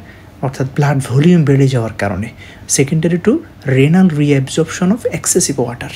ঠিক আছে, আচ্ছা, তাহলে দেখেন আমরা বুঝলাম যে হাইপোনেট্রিমিয়া হতে পারে, এটা ড্রাগ না দিলেও হয়, ড্রাগ দিলেও হতে পারে। হাইপোক্যালিমিয়াটা সাধারণত ডায়োরেটিক্স ইনডিউসড, হাইপোম্যাগনেসিমিয়া এটাও ডায়োরেটিক্স ইনডিউসড। ক্লিয়ার? তাহলে এই ইলেকট্রোলাইট ইমব্যালেন্সের কারণে কি হয়, নিউরোনাল হাইপার এক্সাইটেবিলিটি ডেভেলপ করে, ফলে নিউরনগুলা খুব ফ্রিকুয়েন্টলি অ্যাক্টিভেশন হতে শুরু করে এবং নিউরো ট্রান্সমিটার রিলিজ করে, অর্থাৎ অ্যাসিটাইলকোলিন রিলিজ করতে থাকে নিউরোমাস্কুলার জাংশনে। ফলে সেখান থেকে আমার মাসেল ক্র্যাম্পিং হতে পারে। এই যে সেখান থেকে কি হতে পারে, মাসেল ক্র্যাম্পিং হতে পারে। 2 নাম্বার হলো যে আপনারা জানেন আমাদের গ্লাইকোজেন বডিতে, অর্থাৎ গ্লুকোজ গ্লাইকোজেন হিসেবে বডিতে স্টোর থাকে, এবং দুটো ইম্পর্ট্যান্ট সাইট হলো লিভারের হ্যাপাটোসাইট, এখানেও প্রচুর গ্লাইকোজেন সবচেয়ে বেশি পরিমাণে জমা থাকে, আর একটা হলো আমাদের মাসেলে। এখন যেহেতু সিএলডিতে সিরোসিস অফ লিভারে কি হচ্ছে, হ্যাপাটোসাইটের ড্যামেজ হয়ে যাচ্ছে এবং তারা ফাইব্রাস টিস্যু দিয়ে রিপ্লেস হয়ে যাচ্ছে, ফলে লিভারের মধ্যে গ্লাইকোজেন স্টোরেজ কমতে থাকে। এখন বডিতে এবং অন্যদিকে একটু আগে আমি বললাম যে সিএলডির পেশেন্টের কী হয়, অ্যানোরেক্সিয়া, লস অফ অ্যাপেটাইট হয়। ঠিক আছে, কেন? এই যে তাদের যে ক্রনিক ইনফ্লামেশনের কারণে তাদের অ্যাপেটাইট সেন্টার সাপ্রেসড হয়ে যায়, ফলে তারা খাবার দাবার ঠিকঠাক করে খায় না। তাহলে তার যদি খাবার না খায়, তার বডিতে তো ঠিকই গ্লুকোজ প্রয়োজন, তাহলে গ্লুকোজ আসার কথা কোত্থেকে? লিভার থেকে। লিভারে তো গ্লুকোজ নাই, তাহলে গ্লুকোজ সাপ্লাই দিবে কে? এখন বাধ্য হয়ে ব্যাংকে টাকা শেষ, বাধ্য হয়ে এখন কে সাপ্লাই দিবে? মাসেল। মাসেলের তখন কি হবে, মাসেলের মধ্যে থাকা গ্লাইকোজেনগুলো গ্লাইকোজেনোলাইসিস হতে শুরু করবে। এই যে মাসেল গ্লাইকোজেনগুলো ভেঙে ফেলবে। এখন মাসেল যখন গ্লাইকোজেন ভেঙে সারা বডিকে গ্লুকোজ সাপ্লাই দিতে যাবে, তখন বেচারা মাসেল নিজেই গ্লুকোজের অভাবে ভুগবে। ফলে সেখান থেকে একটা কি হতে পারে, এনার্জি ডেফিসিয়েন্সি হয়ে আলটিমেটলি আমার মাসেল ক্র্যাম্পিং হতে পারে।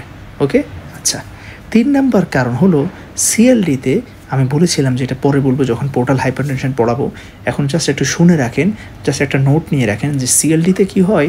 সিএলডিতে আমাদের বডিতে এক্সেসিভ নাইট্রিক অক্সাইড প্রোডাকশন হয়, হ্যাঁ, এবং তাদের ব্রেকডাউন কমে যায় due to hepatic function insufficiency. এই নাইট্রিক অক্সাইডটা যখন আমাদের পুরো সিস্টেমিক সার্কুলেশনে ছড়িয়ে পড়ে, তখন আপনারা জানেন অলরেডি যে নাইট্রিক অক্সাইড ভ্যাসো ডাইলেশন করে। ক্লিয়ার? আচ্ছা, ফলে কি হয়, ভ্যাসো ডাইলেশন যখন হয়, ভ্যাসো ডাইলেশন হলে আমাদের সিস্টেমিক ব্লাড প্রেশার কি বাড়ে না কমে? কমে। ওকে, ফাইন, তাহলে ব্লাড প্রেশার কমে যাবে। এখন এই ব্লাড প্রেশার যখন কমে যায়, তার মানে ব্লাড প্রেশার কমা মানে আসলে কি কমা? কার্ডিয়াক আউটপুট কমা। কার্ডিয়াক আউটপুট কমলে মাসেলে ব্লাড ফ্লো কী হবে? কমে যাবে। তাহলে কি হচ্ছে? Reduced muscle perfusion. ঠিক আছে, আচ্ছা, তাহলে রিডিউসড মাসেল পারফিউশন হলে মাসেল তখন ইস্কেমিয়াতে ভুগে। ঠিক এই কারণে দেখবেন যেই পেশেন্টগুলো অ্যানিমিক, আমরা এরকম প্রচুর ফিমেল পেশেন্ট পাই চেম্বারে, বিশেষ করে স্যার পায়ের কামড়ায়, পায়ের এই যে গ্যাস্ট্রোকনিমিয়া সোলিয়াস যেটা, হ্যাঁ, এইখানে কামড়ায় স্যার, ব্যথা করে, অ্যাকিং পেইন, তখন আমরা দেখি যে তার হিমোগ্লোবিন 8, 9, মানে যারা প্রি মেনোপোজাল উইমেন স্পেশালি, হ্যাঁ, আয়রন ডেফিসিয়েন্সি সাফার করে। তাহলে দেখেন ischaemia can cause muscle cramping. তাহলে এই যে এখানে হচ্ছে রিডিউসড মাসেল পারফিউশনের কারণে। ওকে, আচ্ছা, এরপরের ব্যাখ্যাটায় আসেন যে আমরা জানি আমাদের কার্বোহাইড্রেট, গ্লুকোজ, লিপিড, ঠিক আছে, অর্থাৎ এটাকে কি বলে, প্রোটিন, এই সব কিছু স্টোর থাকে লিভারে, এবং লিভার তাদের পরিমাণ অ্যাক্সেস হয়ে গেলে গ্লুকোজকে গ্লাইকোজেন হিসেবে জমা করে, অ্যামাইনো অ্যাসিডকে প্রোটিন হিসেবে জমা করে, আর ফ্যাটি অ্যাসিড গ্লিসারলকে ট্রাইগ্লিসারাইড হিসেবে জমা করে। আমার প্রয়োজনে তাদেরকে ভেঙে সেই প্রোটিন থেকে অ্যামাইনো অ্যাসিড তৈরি করে বডিতে সাপ্লাই দেয়, গ্লাইকোজেন থেকে গ্লুকোজ তৈরি করে বডিতে সাপ্লাই দেয়। ঠিক আছে, একটু আগে যেটা বললাম, আবার ফ্যাটি অ্যাসিডকে মানে ট্রাইগ্লিসারাইডকে ভেঙে ফ্যাটি অ্যাসিড সাপ্লাই দেয়। আচ্ছা, এখন এখানে তো লিভারের ওই স্টোরেজ ক্ষমতা কমে যাচ্ছে। আমরা বলেছি, আপনাদেরকে দেখিয়েছি যে সিএলডিতে কি হয়। এই যে দেখেন, শুরুতেই দেখবেন লিভারের যে ফাংশন, হ্যাঁ, একটু দেখাই আপনাদের, এই যে এটা দেখেন, এই যে লিভারের সব ফাংশনই তো আমার সিএলডিতে কমে যাচ্ছে। প্রোটিন সিনথেসিস ফাংশন কমে যাচ্ছে, স্টোরেজ ফাংশন কমে যাচ্ছে। এই স্টোরেজ ফাংশনের মধ্যে আপনারা একটু লেখেন, এই যে গ্লাইকোজেন সিনথেসিস, হ্যাঁ, প্রোটিন স্টোরেজ, এগুলো, তারপরে এক্সক্রিশন ফাংশন কমে যাচ্ছে, নিউট্রিশন অ্যাবনর্মালিটি হচ্ছে, এই সব কিছু এখানে হবে। ফলে এগুলোর কারণে আলটিমেটলি কী হবে এখন, তাহলে আমার লিভারের মধ্যে প্রোটিনের ল্যাকিংস, ফলে কোনো প্রয়োজনে যখন অ্যামাইনো অ্যাসিড প্রয়োজন হবে, অ্যামাইনো অ্যাসিড কোত্থেকে আসবে? মাসেল ব্রেকডাউন হয়ে হয়ে মাসেলের অ্যাক্টিন, মায়োসিন, এগুলো ভেঙে ভেঙে অ্যামাইনো অ্যাসিড তৈরি করে তারা বডিতে সাপ্লাই দিবে।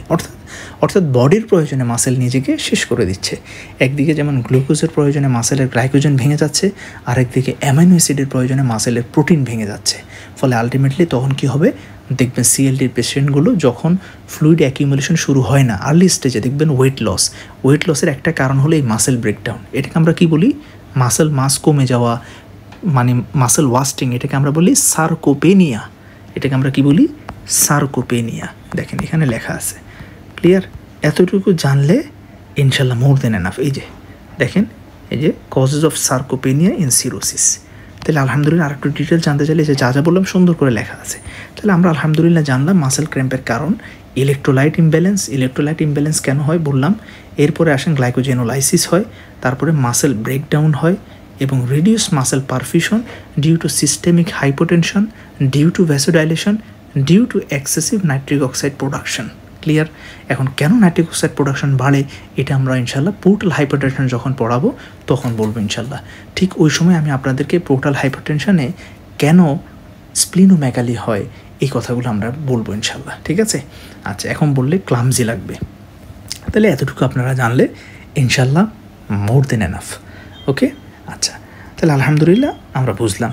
তো যারা আর একটু বেশি জানতে চান তাহলে তাদের জন্য আছে যে কিভাবে হাইপোক্যালেমিয়া, হাইপোক্যালসেমিয়া, হাইপোনেট্রিমিয়া এরা কীভাবে মাসেল ক্র্যাম্প করে, টু দ্য পয়েন্ট আলহামদুলিল্লাহ লেখা আছে।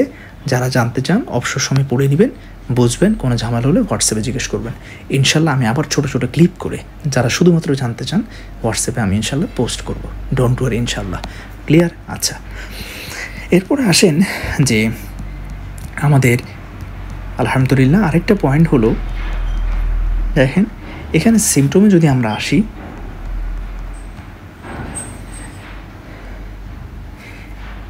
এই যে দেখেন, তাহলে মাসেল ক্র্যাম্প আমরা বললাম আলহামদুলিল্লাহ, ওয়েট লস তো বললাম, যে ক্রনিক ইনফ্লামেশনের কারণে বেজাল মেটাবলিক রেট বেড়ে যায়, ফলে বডির সব ক্যালোরি অহেতুক ড্যামেজ ওয়াস্ট হয়ে যায়। আলটিমেটলি পেশেন্টের কি হয়? ওয়েট লস হয়, হ্যাঁ, টিস্যুগুলো অ্যাট্রোফাইড হয়ে যেতে থাকে। আরেকটা হলো chronic inflammation leads to loss of appetite সেন্টারকে সাপ্রেস করে দেয় ইনফ্লামেটরি সাইটোকাইন্সগুলো, ফলে পেশেন্ট কম খায়। দেখবেন সিএলডির পেশেন্টের খাবারের রুচি নেই, ঠিক আছে? এই যে অ্যানোরেক্সিয়া, কম খাবে ফলে ওয়েট লস হবে, স্বাভাবিক। আচ্ছা, এরপরে আসে নোজিয়া কেন হয়? সিএলডি পেশেন্টের লিভার ফাংশন কমে যাচ্ছে। হেপাটোসাইটের একটা ইম্পর্টেন্ট ফাংশন কি বলেন তো? আমাদের বডিতে অ্যামাইনো অ্যাসিড এগুলো লিভারে গিয়ে, মানে অতিরিক্ত অ্যামাইনো অ্যাসিড লিভারে গিয়ে ভেঙে কি হয়? অতিরিক্ত অ্যামাইনো অ্যাসিড কিন্তু মনে রাখবেন লিভারে গিয়ে ভেঙে হয় অ্যামোনিয়া। এই অ্যামোনিয়াটাকে লিভার কিসে কনভার্ট করে? ইউরিয়া। এই ইউরিয়াটা ওয়াটার সলিউবল এবং সে তখন কিডনি দিয়ে এক্সক্রিট হয়। তাহলে লিভারের মেইন কাজ হলো, আমরা দেখলাম যে লিভার অ্যামোনিয়াকে ইউরিয়া করে তাকে কিডনি দিয়ে বের করে দেয়, ওকে, ইউরিক অ্যাসিড হিসেবে। এখন যদি লিভার ফাংশন কমে যায়, যেটা সিএলডিতে হচ্ছে, কারণ ফাইব্রোসিস হয়ে যাচ্ছে সেলুলারগুলো ইনজুরি হয়ে, ফলে তখন লিভার অ্যামোনিয়া তৈরি হচ্ছে ঠিকই, কিন্তু তাদেরকে ইউরিয়া করতে পারছে না। ফলে আপনার ব্লাডে তখন কিসের পরিমাণ বাড়বে? অ্যামোনিয়ার পরিমাণ বাড়বে। এই অ্যামোনিয়াগুলো কি? Highly lipid soluble. Carbon dioxide, ammonia highly lipid soluble, ফলে খুব সহজেই তারা ব্লাড থেকে ব্রেইনে ডিফিউজ হয়ে ব্রেইন টিস্যুকে ইরিটেট করতে থাকবে, পেশেন্ট ড্রাউজি হয়ে যাবে। তখন দেখা দেয় কি, সিএলডি পেশেন্ট যখন ঘুমাতে থাকে, অল্টার্ড কনসিয়াসনেস, এটাকে আমরা কি বলি? Hepatic encephalopathy. Very important. CLD patient আমাদের কাছে সেকেন্ড যে কারণটা নিয়ে প্রেজেন্ট করে, স্যার রুগী তো আমার অজ্ঞান হয়ে যাচ্ছে, একটু পরে চেতনা হারাই ফেলছে, হুঁশ হারাই ফেলছে, উল্টাপাল্টা বকতেছে, হেপাটিক এনকেফালোপ্যাথি। আরেকটা যে কী বললাম? আপার জিআই ব্লিডিং। আচ্ছা, তাহলে হেপাটিক এনকেফালোপ্যাথির মেইন কারণ হলো অ্যামোনিয়া। ক্লিয়ার? আচ্ছা, তাহলে এই যে ammonia, toxic materials, as well as একটু আগে বারবার বলছি সিএলডি, ক্রনিক লিভার ডিজিজ, এখানে ক্রনিক ইনফ্লামেশন হচ্ছে, পারসিস্টেন্ট ইনফ্লামেশন হচ্ছে। তাহলে এই প্রো ইনফ্লামেটরি সাইটোকাইন্স এগুলো কী করে? এগুলো আমাদের ব্রেইনের কেমোরিসেপ্টর ট্রিগার জোন। আপনারা জানেন এখানে কোনো কি নাই? ব্লাড ব্রেইন ব্যারিয়ার নাই। তারা সহজেই এই টক্সিক ম্যাটেরিয়ালসগুলো সিটি জেড যে সেন্টারটা আছে তাকে স্টিমুলেট করে, অ্যাক্টিভেট করে, এবং এই কেমোরিসেপ্টর ট্রিগার জোন যখন অ্যাক্টিভেটেড হয় তখন কি হয়? নজিয়া, ভমিটিং হতে পারে। ক্লিয়ার? আচ্ছা, আর ওভারঅল এখানে পারসিস্টেন্ট ইনফ্লামেশনের কারণে, ভিসেরাল নার্ভ সেন্সেশনের কারণে একটা আপার অ্যাবডোমিনাল ভ্যাগ ডিসকমফোর্ট হয়। ঠিক আছে? তো এই হলো বিষয়টা। আচ্ছা, এখন আসেন খুবই ইন্টারেস্টিং এবং রাউন্ডে স্যাররা সময় পেলেই এই প্রশ্নটা করে, মানে সময় কম থাকলে করবে না, সময় পেলে কিন্তু আপনাকে ধরবে, কারণ প্রশ্নটা খুবই ইন্টারেস্টিং। সেটা হলো সিএলডির পেশেন্টের স্যার আপনাকে বলবে, সিএলডির পেশেন্ট তোমার কাছে প্লুরাল ইফিউশন নিয়ে কি আসতে পারে? আপনি বলবেন স্যার সব সময় না, তবে পারে। স্যারের দ্বিতীয় প্রশ্ন হবে কোন পাশে প্লুরাল ইফিউশন হয় সিএলডিতে? স্যার রাইট সাইডে হয়। এটাকে কি বলে? স্যার এটাকে বলে হেপাটিক হাইড্রোথোরাক্স। এটা পরে লেখা আছে, আপনারা এখানে একটু ছোট করে লিখে রাখেন যে সিএলডিতে যে প্লুরাল ইফিউশন হয় এটাকে বলে হেপাটিক হাইড্রোথোরাক্স। ঠিক আছে, আচ্ছা তাহলে এটা কোন পাশে হয় বললাম? হেপাটিক হাইড্রোথোরাক্স রাইট সাইডে প্লুরাল ইফিউশন হয়। তারপরে প্রশ্ন হবে এই প্লুরাল ইফিউশনটা এটাকে ট্রান্সইউডেটিভ নাকি এক্সইউডেটিভ? মনে রাখবেন ট্রান্সইউডেটিভ মানে হচ্ছে যে ব্লাড ভেসেলসের মধ্যে প্রেশার বেড়ে গিয়ে যখন ব্লাডের ফ্লুইড পোর্শন লিক আউট হয়ে হয়ে জমা হয়, এটা ট্রান্সইউডেটিভ সিম্পল ভাষায়। ঠিক আছে, আচ্ছা। আর এক্সইউডেটিভ মানে হলো যখন কোনো ইনফ্লামেশনের কারণে ক্যাপিলারি পারমিবিলিটি বেড়ে গিয়ে ফ্লুইডগুলো উইথ প্রোটিন লিক আউট হয়ে হয়ে ইন্টারস্টিশিয়াল স্পেসে জমা হয়, সেটা এক্সইউডেটিভ। তাহলে এখানে যে প্লুরাল ইফিউশন হয় এটা কোন ধরনের? ট্রান্সইউডেটিভ। এগুলো কিন্তু এফসিপিএস পার্ট 1-এর কোয়েশ্চেন। ট্রান্সইউডেটিভ এই প্লুরাল ইফিউশনটা। ওকে, আচ্ছা। এখন আমার প্রশ্ন যে কেন সিরোসিস অফ লিভারে প্লুরাল ইফিউশন হয়? অ্যাসাইটিস না হবে এখানে, কিন্তু প্লুরাল ইফিউশন কেন হচ্ছে? ক্লিয়ার? আচ্ছা, আবার এই প্লুরাল ইফিউশনটা ট্রান্সইউডেটিভ কেন, কীভাবে হয়? তাহলে হেপাটিক হাইড্রোথোরাক্স নিয়ে আমরা ইনশাল্লাহ কথা বলবো। কখন? পোর্টাল হাইপারটেনশন পড়ানোর সময়। তাহলে দেখেন পোর্টাল হাইপারটেনশন পড়ানোর সময় আমি কী বাকি রাখলাম? স্প্লিনোমেগালি নিয়ে কথা বলা, হাইপারজিআই ব্লিডিং নিয়ে কথা বলা, পোর্টোসিস্টেমিক শান্টিং নিয়ে কথা বলা। ঠিক আছে, এই বিষয়গুলো নিয়ে আমি ইনশাল্লাহ কথা বলবো। সাথে এখন বললাম যে হেপাটিক হাইড্রোথোরাক্স নিয়ে কথা বলা, এবং একই সাথে পোর্টাল হাইপারটেনশন পড়ানোর সময় আমরা আর একটা খুব interesting topics hepato pulmonary syndrome নিয়ে কথা বলবো। ঠিক আছে, আচ্ছা। আরেকটা বলেছি কি যে পোর্টাল হাইপারটেনশনে আমাদের নাইট্রিক অক্সাইড প্রোডাকশন বেড়ে যায়। কেন বেড়ে যায়? এই টপিকসগুলো নিয়ে কথা বলবো। এগুলো আমি এখন বললে আপনাদের জন্য বোঝাটা ডিফিকাল্ট হবে। কেন? আমি একটু দেখাই। দেখুন, পোর্টাল হাইপারটেনশন আলাদা একটা টপিকস, এই যে দেখেন, এবং এটা সিএলডির সাথে ওতপ্রোতভাবে জড়িত। সিএলডি পেশেন্ট আমাদের কাছে আসেই পোর্টাল হাইপারটেনশন নিয়ে। পোর্টাল হাইপারটেনশনের কমপ্লিকেশনের কারণেই পেশেন্টের কী পাই? স্প্লিনোমেগালি পাই, পেশেন্টের আপার জিআই ব্লিডিং, হেমাটেমেসিস পাই। সো এটা না পড়ে উপায় নেই। এই যে দেখেন আলাদা topics, portal hypertension, clinical feature. ঠিক আছে, সো এই কারণেই আমি এগুলো ইচ্ছে করে এখানে পড়াচ্ছি না। তাহলে দেখেন পোর্টাল হাইপারটেনশনের অনেকগুলো কজ আছে, তার মধ্যে একটা কজ হলো লিভার সিরোসিস। কি বললাম আবার পর্যন্ত কথাটা সবাই একটু লিখে রাখেন। পোর্টাল হাইপারটেনশনের অনেক কজ আছে, তার মধ্যে অন্যতম একটা কজ হলো এই লিভার সিরোসিস। দেখেন এই যে 3 নম্বর পয়েন্টে। ঠিক আছে, তারপরে দেখেন এটার ম্যানেজমেন্ট আছে। ওকে, এই যে কমপ্লিকেশন অফ পোর্টাল হাইপারটেনশন। দেখেন আমি আলহামদুলিল্লাহ যা বলেছি, দেখেন একটু কমপ্লিকেশন অফ পোর্টাল হাইপারটেনশন। ডেভিডসনের সিকোয়েন্সটাও ইম্পর্টেন্ট। 1 নম্বরে কী লেখা? Variceal bleeding. ঠিক আছে, আচ্ছা তাহলে মাথায় রাখেন। ওকে, আচ্ছা। তারপরে দেখেন হাইপারস্প্লেনিজম, বললাম না হাইপারস্প্লেনিজম পোর্টাল হাইপারটেনশনে পড়াবো। এই যে হাইপারস্প্লেনিজম। তারপরে কি বললাম যে এই যে হেপাটিক হাইড্রোথোরাক্স, এটা বুঝতে হবে কীভাবে সিএলডিতে অ্যাসাইটিস হয়। তাহলে অ্যাসাইটিস বুঝতে হবে কীভাবে পোর্টাল হাইপারটেনশন হয়।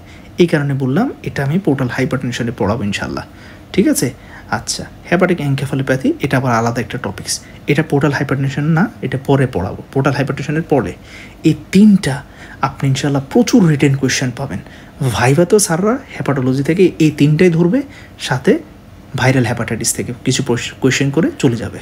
সো এই কয়েকটা জিনিস জানলে কিন্তু আমাদের হেপাটোলজির ফান্ডামেন্টাল 70% পড়া শেষ আলহামদুলিল্লাহ। ঠিক আছে, সো ডোন্ট ওয়ারি, ইনশাল্লাহ একটু ধৈর্য ধরে লেগে থাকেন। আচ্ছা, এবার আসেন আমরা আমাদের ট্র্যাকে ফিরে আসি ইনশাল্লাহ।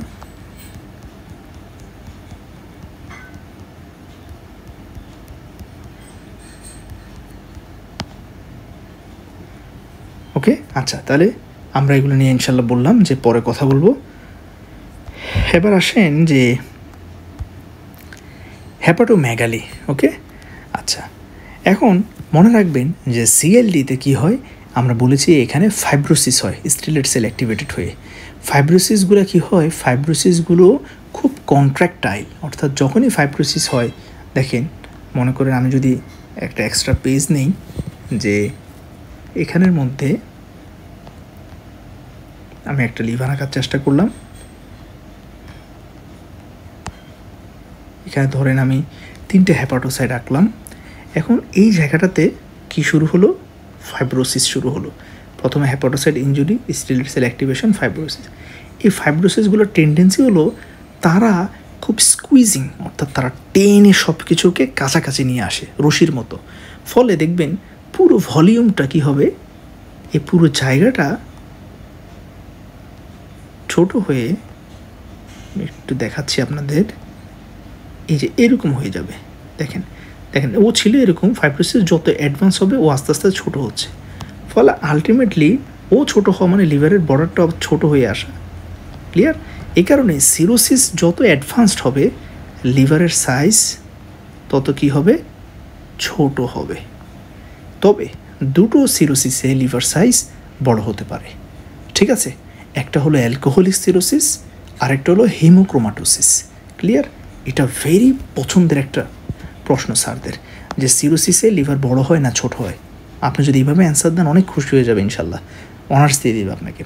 আপনি বললেন স্যার সাধারণত সিরোসিসে লিভার ছোট হয়, তবে দুটো ক্ষেত্রে বড় হতে পারে। হয় না, হতে পারে, সবসময় হবে কথা নাই। কোন দুটো? আপনার অ্যান্সার হবে স্যার একটা হলো অ্যালকোহলিক সিরোসিস, এই যে, আরেকটা হলো হিমোক্রোমাটোসিস। এই ক্ষেত্রে hepatomegaly is common, otherwise hepatomegaly হয় না। এখন প্রশ্ন হলো যে অ্যালকোহলিক সিরোসিস এমন কী হয় যেটার জন্য হেপাটোমেগালি হয়? চলুন সেটা নিয়ে একটু কথা বলি ইনশাল্লাহ। ডেভিডসন খুবই ইন্টারেস্টিং একটা বই। এখানে এক একটা ওয়ার্ডের ভিতরে আপনি যদি জানতে চান কয়েক শত লাইন তৈরি হয়। যেমন সিম্পলি যদি বলি, দেখুন এটা ডেভিডসনের আমাদের ফিল্ড মেডিসিনের লেকচার নোট।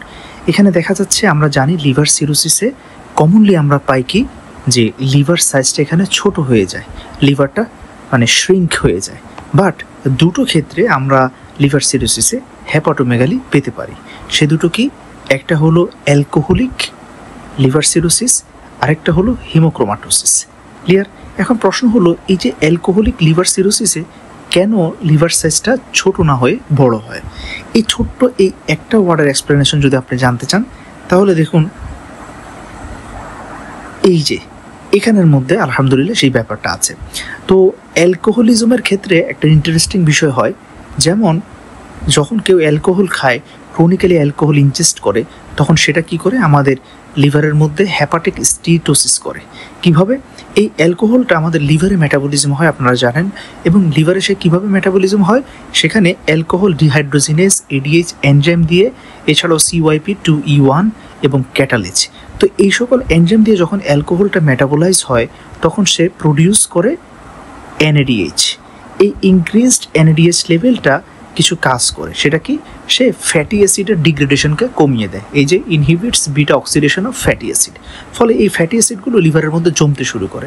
এখন লিভার আবার একটা বুদ্ধিমান, সে কি করে? সে ফ্রি ফ্যাটি অ্যাসিডকে জমায় না। কেন? কারণ free fatty acid is a toxic substance for the liver or hepatocytes. So সে কি করে? এই ফ্যাটি অ্যাসিডগুলোকে সে মানে ট্রাইগ্লিসারাইড বা বিভিন্ন ফ্যাটে কনভার্ট করে ফেলে। এই যে ইনক্রিজড ডিনোভো লাইপোজেনেসিস বা ফ্যাট প্রোডাকশন বা TG বলতে পারেন, ট্রাইগ্লিসারাইড। এবং এখানের মধ্যে আরেকটা ঘটনা ঘটায় যে অ্যালকোহল কি করে? সে লিভারের মধ্যে VLDL secretion, synthesis and secretion কমিয়ে দেয়। তো এই ট্রাইগ্লিসারাইড লিভার থেকে বের হয় এই VLDL এর মাধ্যমেই। ঠিক আছে? এখন এখানে যেটা হচ্ছে, একদিকে ট্রাইগ্লিসারাইড সিনথেসিস বাড়ছে, আবার সেই ট্রাইগ্লিসারাইড বের হতে পারছে না due to deficiency of VLDL synthesis. এই কারণে এখানে আমাদের লিভারের মধ্যে অর্থাৎ হেপাটোসাইটগুলোর মধ্যে কি হয়? ট্রাইগ্লিসারাইড বা ফ্যাট জমতে থাকে, এবং এই ফ্যাট অ্যাকিউমুলেশনের কারণে আলটিমেটলি আসলে এখানে হেপাটোমেগালিটা হচ্ছে। ওকে?